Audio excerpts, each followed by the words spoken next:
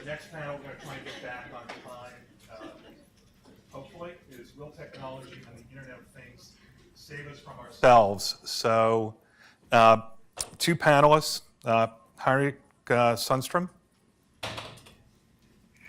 and Brenda Connor.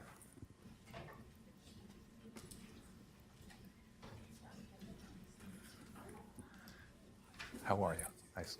Why don't you join me here?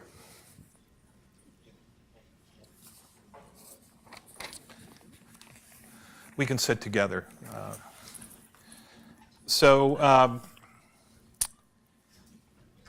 I'm not going to introduce the two of you. I'd like to ask you a question and then provide a brief intro in terms of who you are, what you do, and your connection to IoT and the big question. So it's really an interesting title for a session. It implies that without IoT and everything else that goes with it, we may not thrive. So can you answer the question and provide a little bit of insight in terms of how you view IoT as a way to save ourselves, along with what you do for a living and so on? So Brenda, I'll start with you. So the question is, will IoT save ourselves? So it's an interesting question. Who are we? Yeah, it implies we're not doing so well, but you know. I think we've heard from very many learned speakers today that there's a lot of factors that go into saving ourselves. And certainly I'd say that IoT and technology has an opportunity to help accelerate the good works that would be done by humans anyhow. So it's more of an acceleration factor than it is the only factor that could save, in my opinion. And I don't know if you know me, I'm Dr. Brenda Connor. I'm with Ericsson. It's my pleasure to be here. It was quite interesting, and I'll hand over to you next, to see the UN present their sustainability goals. Ericsson's been a contributor to those sustainability goals for many years, so we're very happy to have been there. And one example of helping to save ourselves, we were the proud recipient of one of the Momentums in Change Awards with the UN Sustainability Group this year for our connected mangroves. And so how did that help to save us, connected mangroves? Well, you tie that into what do mangroves do? They help to prevent the flooding.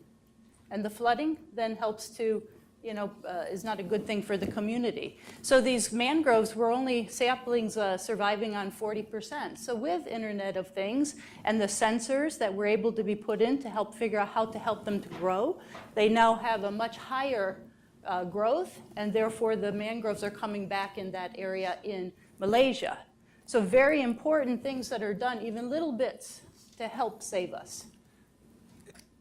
So, Henrik, can you answer the question also, will IoT save us from ourselves? And then I want to double back, and I think it's probably worth talking about how do we define IoT? It's a great buzz phrase, it's everywhere, but what does it mean, really?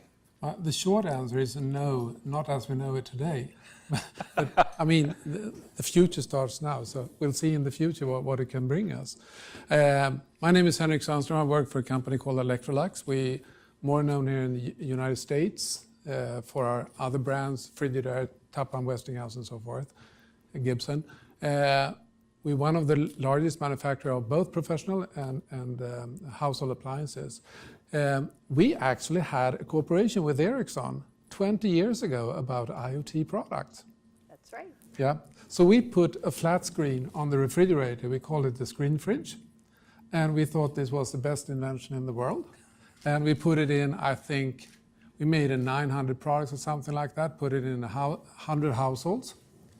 And we had to spend an awful lot of money to buy us out of that because it didn't work at that time. Maybe the time is right now, and that's what I mean. Maybe the time is right now, but it's not as we see in IoT, what people calling IoT in the past.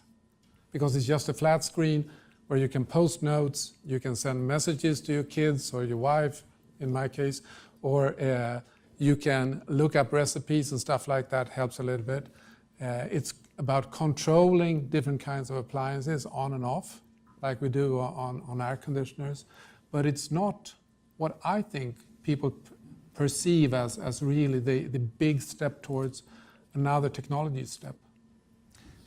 So what changed over the 20 years in terms of we just have better terminology, or do people, are people more comfortable now with technology where you think the time is right for adoption of IoT or information communication technologies?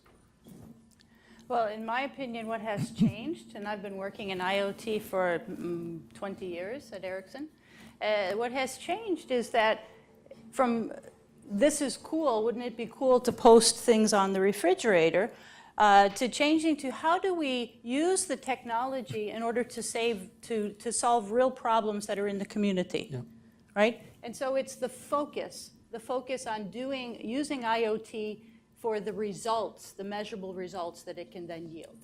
That's where you see the change has been. It's in the focus and in the understanding. That's in my opinion. So we went from a novelty, wouldn't this be cool, to we have real problems related to things like the energy, water, food nexus. Yes, I think it's inevitable that IoT will come as well, because the prices have come down on the extra hardware you need for the equipment. Homes are more connected today than they were 15, 20 years ago when we started with this. So today it makes more sense to do. So I think the step change would be much smaller today than 15 years ago, because at that time it was difficult to install and all of that. Now it seems like the whole industry is moving towards that, and it's inevitable it will come. Mm-hmm. They predict, you can correct me when I'm wrong here, but they predict that within 4 years, in 2020, there will be 250 million connected household appliances in the world. So it's going to go very fast. We'll see if it does, but that's what the prediction is. So this morning there was a brief discussion about linear change versus exponential. So do you see IoT as being one of those exponential technologies that is accelerating in terms of adoption and impact to society? Well, it depends on where you look on the focus. Again, it comes back to focus and the problems that you're solving. From a consumer perspective, consumers don't want to pay for anything. They'd like everything to be free, please, right? But when you apply the technology, not so much towards the consumer use cases, but towards the community and the industrial type of use cases, take water. How can you put in place measures that should then reduce the water waste? And this morning it was talked about 30% of the food waste is happening globally. Doesn't make it from farm to fork. 30%. That translates, if you add it up, to 1.3 billion metric tons of waste. 1.3 billion metric tons. And our colleague Frederica, she was talking about the fish. That was what, 400 tons? 400 tons. So you need to multiply that by what, 300 times more to get to 1.3 billion metric tons of waste. And that waste goes into the landfills, and those landfills turn into methane. So talk about measurable results. So if you can reduce the waste, and in the US, I'm sad to say because I'm an American, we have a 40%. We're worse than the global. So if we could in the US reduce our waste on 15%, we could feed 25 million more Americans a year. So 15%. So this is quite a considerable amount. And so it's this type of a need and towards those type of use cases that we see the acceleration happening much faster than in the consumer area where, consumers, we want more for less and free. I think it's fascinating that, I probably spend more money on the food I buy every month than I spend on a refrigerator when I buy it once every 10th or 12th year or 15 years. And still I throw away approximately 30% of it. If you take, for instance, here in the US, the University of Berkeley, they made a calculator where you can see what your greenhouse gas impact is from your household. And on an average, for an American household, and I bet it's the same more or less for a European or a Swedish household, the total is 48 tons carbon dioxide a year, 48 tons. 7 tons of that is coming from the food you're buying. You throw away 1/7 of it, 15%. So 1 ton of greenhouse gas emissions is coming from the waste of your food. And an awful lot of money that you're throwing away at the same time. So if we could do much more in terms of both preserving the food better in the refrigerators, so we prolong the shelf life of the meat or the lettuce by controlling temperature, atmosphere, if we want also the atmosphere inside. But today, consumers are not aware of this, and they're not prepared to pay any premium for more premium products. So I think that one of the obstacles we have is to really communicate or how better products can lower the cost for the groceries by preserving them for a longer time and reduce the waste. And how about if we open this up a little bit? If we think about the farm to fork value chain, so upstream ag, manufacturing, consumer interface, that experience. Can you both talk a little bit about IoT, big data, data analytics, artificial intelligence, and at least in my view, they're connected. It's you live in the world of connected devices and the power of that, and it's really a continuum of adding value, those use cases. So any thoughts in terms of where this all Sure, fits? let's take from farm to fork, and I'd like to talk about the good work being done by Maersk Shipping. I'm in Scandinavia, we like Maersk Shipping, everybody like Maersk? So what has Maersk Shipping done? They've actually got a connected fleet. They now have, together with Ericsson and other partners, they now run the world's largest network. And they've used the big data, they've used the analytics in order to connect up all those containers on top of the ships. They're now connected. And so now they can tell that if the refrigeration unit is starting to go, they can send a technician to take care of it so you don't lose the entire container full of food or pharmaceuticals, which was maybe even more expensive to the society. So they started out connecting for the purpose of the insurance companies to lower the insurance costs. But as they started to collect the big data, they then realized that, wait a second, now that we're collecting all this big data, we can see route optimization. The ships that go by this course save fuel on so much, and if you save so much fuel, that's real value for them.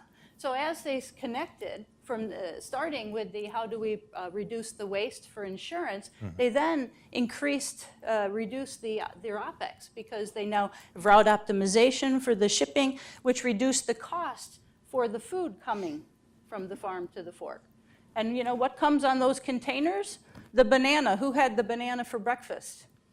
Right? The banana's not grown here. It comes in a ship container, right?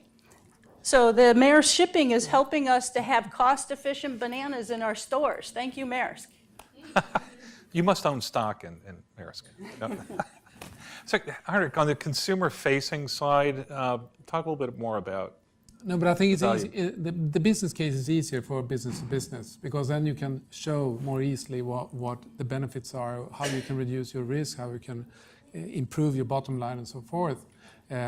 I remember talking to Paul many years ago, and you talked situation at Bon Joc at that time, when you lost your entire inventory of meat for the following day because the refrigerator broke down. So it's easier to convince a chef that he needs to be connected so he can safeguard what he has for the next day. But I think Nielsen, the what you call it, the market research, or the research company, came out last week or the week before with a study in Canada where they asked people on their perception about IoT, and only 18% are saying that they are willing to buy a premium or pay a premium for IoT, and 56% say that they are satisfied with what they have. So we need to have a better business case for IoT when it comes to for the consumers. What is the benefit they will have?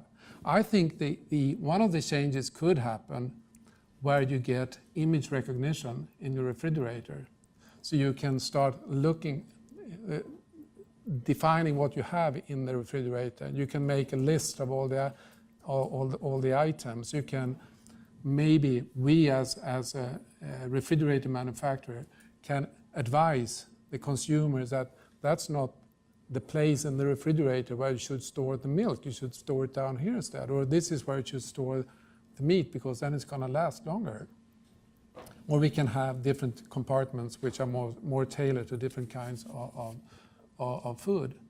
But it's necessary kind of to teach the consumers what the advantages will be. And a lot of them are afraid of giving away information about their own lives as well, their behaviors. Sure. So it's a matter of capturing, quantifying, and communicating the value of IoT, or maybe we don't even call it IoT. Maybe it's just something that delivers value to the consumer base beyond just the B2B. I think the image recognition will be the big breakthrough for IoT. And I mean, I'm not cynical if I say that. If you look at all the information companies like Apple, like Microsoft, like Google, are looking into image recognition in refrigerators. I've never seen such a great interest in the appliance industry from a totally different industry in the past. And they're not looking for our great profit margin in our industry because they have way higher profit margin in the information industry. So they see the big values in understanding what consumers are buying, what kinds of products they have, so they can tailor, together with the manufacturers, tailor offers to the end consumers. And you can have like automatic offers from the grocery stores, and they can deliver supply to you, so you can have like automatic systems for replenishment. And as I said, we can also have like better advices to consumer. We can give them offer like, if you buy this, you can cook this at home and so forth. So I think there will be call it revolution, but revoluform or something like that, where when we have this kind of image recognition in the refrigerators. And why don't you go ahead, and I had a Well, follow-up question. the consumers, just to take it, we talked about B2B, we talked about the consumers, but I think IoT also it is having measurable results for also society. And an example, how many people saw that Dallas-Fort Worth Airport, my hometown, is the first carbon neutral airport certified in the US October 11 of this year? Carbon neutral. Can you imagine an airport ambitioning on this? And as a part of one of the programs that they did is to say, look, the airport, there's a lot of food waste in the airport. You can imagine how much food is thrown out in an airport. It's a huge airport.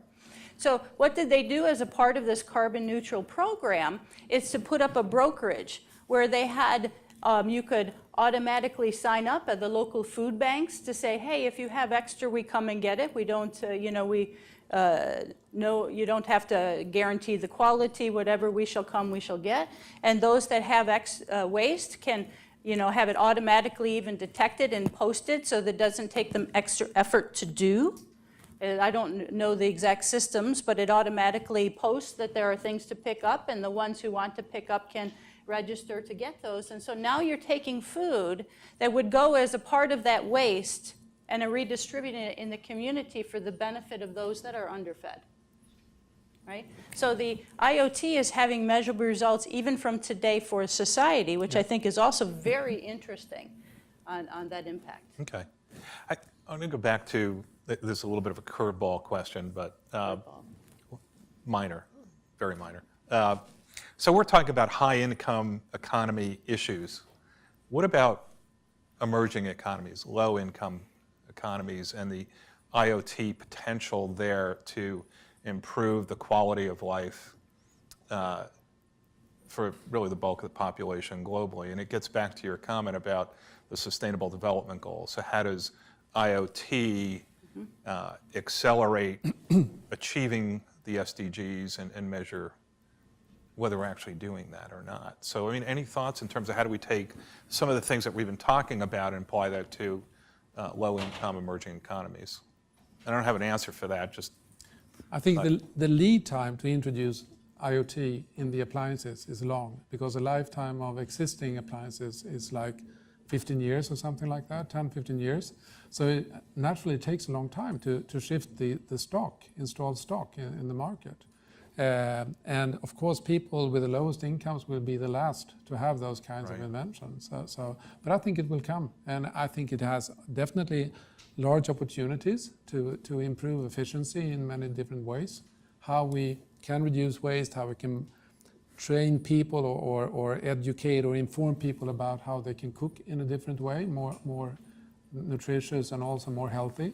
So I think there are numbers of opportunities with it, but it will take some time. That's interesting. So really rethinking IoT and appliances to deliver more value around education and health and wellness and things like that. And this is coming already, that manufacturers are doing this, like proposing recipes and stuff.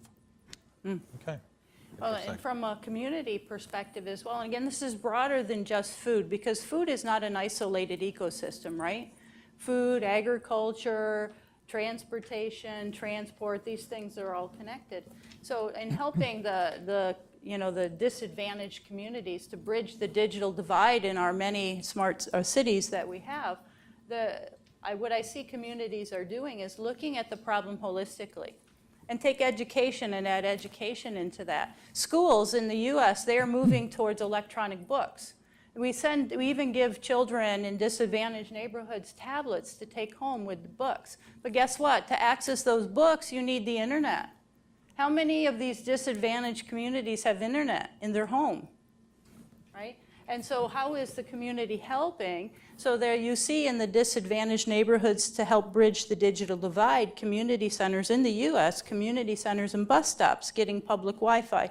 Even in New York City, there's public Wi-Fi being rolled out with the US.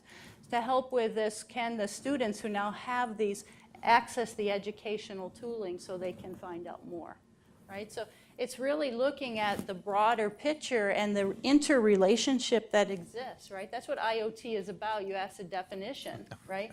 What is the Internet of Things anyhow? A lot of things happen in silo. If you look at food in just a silo in and of itself, then you're really talking about machine to machine, most likely, right? If you're talking about Internet of Things, it's the food ecosystem interacting with the transportation ecosystem, interacting with 3 or 4 other ecosystems that together collectively do something important, right? So that's what Internet of Things is really happening, and that's like I like to bring up examples like the Dallas-Fort Worth Airport, where they really looked ecosystem-wise, reduced the food waste, but also reduced the carbon emissions. It gets back to your comment about use cases. The more we can talk about those use cases, the better we can really quantify value creation and get to the consumer market a little bit faster, hopefully. And Henrik, you and I exchanged a couple emails on this topic. I mean, IoT sounds like a savior. It's absolutely wonderful, but I don't want to say there's a dark side, but we talked about cybersecurity, and there have been some recent examples where suddenly connected devices didn't sound like such a great idea, in terms of bringing down social media networks and networks in general and so on. So can the two of you talk about cybersecurity and how do Probably more yours. Oh, my favorite topic area is cybersecurity. Here we go. And we've got 16, 17 minutes, so... okay, so I'll talk slowly. No. So cybersecurity. No, I mean, run with it then. It's good. I mean, I think cybersecurity and concerns are one of the reasons IoT has not taken off to the extent it could in the consumer industry, right? In my own home, I could connect up my water heater. I could connect up my lots of devices in my home and make them accessible externally. But what prevents me from doing that in my household? Fear, right? So is it really fear? Oh, absolutely. So you're an educated consumer, and your as an American, I'm just speaking hypothetically, right? I mean, I have my stuff connected, but I'm like an expert. But my neighbor, right? My sister, my friends who tried to get me to come over and connect their house for them. So it's fear. They're afraid of what will happen if I should open this up, right? Who's going to come in and change something in my house? So there's fear involved with that. But back to the cybersecurity, this is where, If you open up your devices so that they can, and you have Internet of Things, and you can do more than just monitor, you can also then control, then cybersecurity is the key to that acceleration. And what does cybersecurity really mean? Authentication, authorization, secure data access, secure data sharing, privacy. So all of these things are, for Ericsson, our claim to fame, right? Look at your cellular networks. How many cellular networks have been hacked? No, not at all. Right? Look at Target. Was Target hacked? I love my credit card. I had to go change it when I shopped there the week before. So it's these sorts of how do you, when you connect things, you have to be able to connect them securely. So this is where industries such as Ericsson is involved with have a responsibility to help with the standards communities. And this is what 5G is really doing. And Ericsson is really putting into the 5G standards the requirements that are needed to securely be able to connect things with the sorts of requirements, because you look at IoT, you either have the video, which has a high bandwidth and low latency, or you have lots of little pieces of data being exchanged infrequently. Different characteristics, both needing those security baked in, and that is what we are helping to drive as a part of this network society. So we should all feel good. You should feel good. Okay, great. Henrik, I think there's another aspect of it. It's like who owns the information. Yes, I was gonna ask you what that are you question. giving out of your life? If you get something for free, you're offering. I mean, you're offering something. You lose some security at the same time. Yeah. What we have discussed at the company, we kind of compared two different business models where the consumer is paying a premium for the IoT functionality, or you give it out for free. Because the revenues could be so much bigger. But if you give it out for free, then the consumer will be tempted to kind of open its private life to offer that kind of information to us or another company who owns the information about your habits. So are you prepared to do that? Data. well, I think we do that already, don't Yeah, we? we we do do, that. yeah. Who Every time you do a actually Google reads search. when they say, do you accept the terms and conditions? Who Yeah. reads that? Anybody? Anybody? Right? One person in the audience? Right? So, but data is an interesting question, because there was if you were here for the morning session, I really enjoyed the comments about the biochemical flavor, right? The biochemistry of flavor. Well, think about what biochemistry of flavor really means. That means you've broken down the data that describes that flavor, okay? And so this is something you could patent. This is something you could own. This is a piece of data that you may not want to share, because why? Commercial entities, if they've got a secret sauce, they want to own that, patent it, and then profit off it. What about Coke's secret sauce for Coke beverage, right? Coke was also brought up here, right? So when we start to now break down and have these alternate food sources where we've now done the biochemistry of flavor, then that's data. Who owns the data, right? And then, you take the data as well. Connected Vineyards. We did some work with Connected Vineyards in Germany. And that's the real challenge that the vineyards were very interested in is how do I, not could I put a sensor in the ground, anyone can do that, but how do I protect the data from the sensor all the way back to the cloud? Because why? They don't want their competitors to know anything about the data from their vineyard, right? So how will the data be used, right? Because that's their secret. When should you harvest? How much water should you use? How much fertilizer? These are all trade secrets. How do you put the yield? And of course, if you're in Connected Vineyards, and I'm glad to be in the Smart Cities, I volunteer to be taste tester, okay, for the Connected Vineyards offering, because that's just fun. But this kind of data, so data is very important. Who owns the data? Will it be used for the benefit of society, or will it be held as a trade secret? Right? All these are interesting questions that will need to get solved as well. Hey, Henrik, this is a great segue into another question. Henrik, you and I talked about barriers to innovation. Do you think that who owns the data is in some ways one of the barriers to innovation, adoption of IoT? Or maybe not? What are some of the others? Well, yes and no in two ways. I mean, when it comes to the IoT, it will come. Build it and it will come. You're a confident man. That's great. Yeah, but secondly, I mean, it's about the confidence of your consumers. In this poll from Nielsen, 1/3 was concerned about hacking of your system. So I mean, of course, it is a concern. So if 50% doesn't see the value, 1/3, 80%, only 80% is prepared to pay a premium, and 1/3 is concerned about the hacking, then you have a problem in terms of business case. That's really well put. Then you just have a few folks that find it interesting and are willing to take the risk, but that's hardly a business strategy. Yeah. Yeah. But if you look at the barriers for IoT adoption, I'd say more a barrier isn't anything technological. It's about the business models that are used, because who's going to pay for what? Who pays whom for what, right? And so what has helped to break down those barriers is to look at the ecosystem, right? Let's take connected vehicle car, something that's quite popular out there. It's been there for 10 years, right? Connected vehicle car. If it were the consumer was to pay, the one who owns the car was to pay for that connected vehicle cloud, their willingness to pay is quite low, right? But who's willing to pay for that connected vehicle data? It's who sits north of that connected vehicle cloud? The insurance companies. If the insurance company have access to the data about what is the driving behavior, then you could see premiums either to your benefit or not to your benefit based on driving behavior.